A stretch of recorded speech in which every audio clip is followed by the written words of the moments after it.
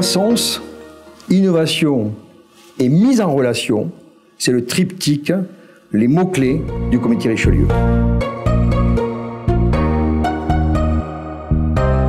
Le comité Richelieu a une ligne stratégique qui repose sur deux piliers.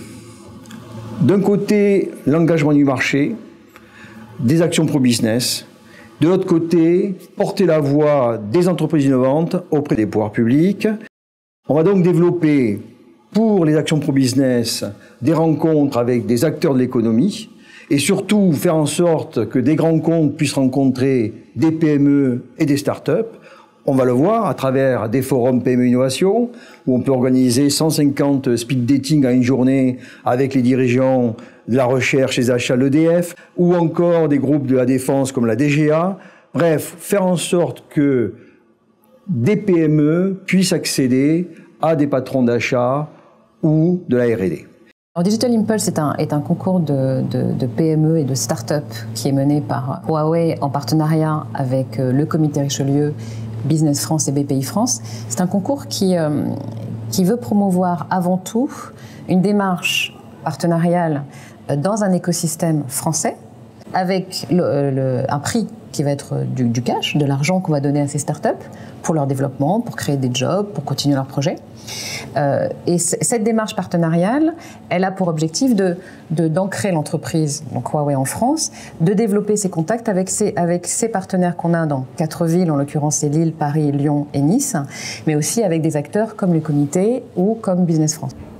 Traduire un réseau en communauté et une communauté en cible potentielle de prospection, ça c'est un enjeu qui est finalement relativement complexe, mais c'est l'enjeu aujourd'hui des entreprises dans l'écosystème de Facebook, que ce soit sur Facebook, sur Instagram par exemple, c'est identifier notre communauté, les gens qui sont potentiellement intéressés par mon produit, par ma technologie, et ensuite leur proposer avec un contenu adapté, sur mesure, c'est très important, leur proposer de venir vous découvrir dans votre écosystème, sur vos sites web, etc.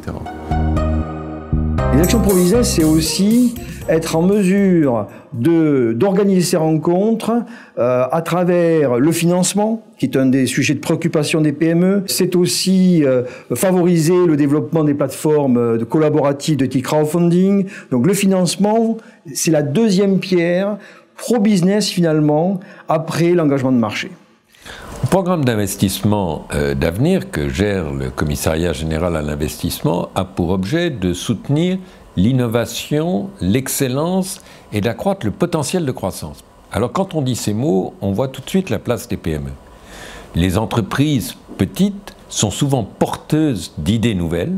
Elles ont besoin de fonds pour se développer, pour transformer leurs idées en projets industriels et atteindre la taille commerciale. C'est le rôle du programme d'investissement d'avenir que de les aider. Pour cela, il faut que nous ayons des procédures simples, que nous soyons ouverts, que nous répondions vite, et c'est ce que nous essayons de faire.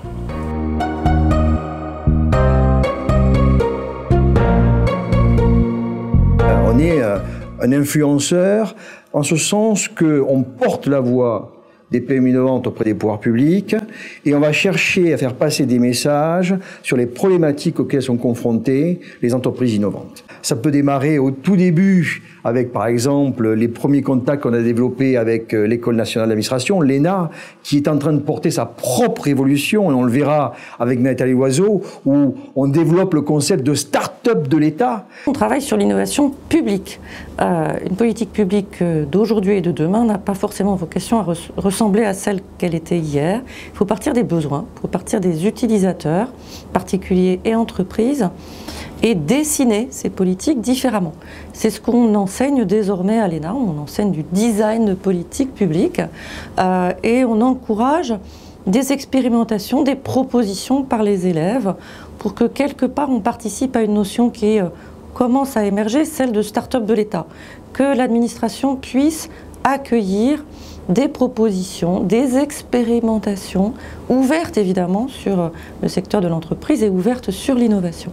Pour mieux comprendre l'économie, il faut être capable de la reproduire dans son écosystème. Et les pouvoirs publics, de plus en plus, sont aussi des porte-voix de l'économie et influencer cette administration qui est quand même un élément essentiel de la compétitivité d'un territoire, c'est influencer la façon, je dirais, de porter un regard sur l'entreprise, ses difficultés et sa réalité.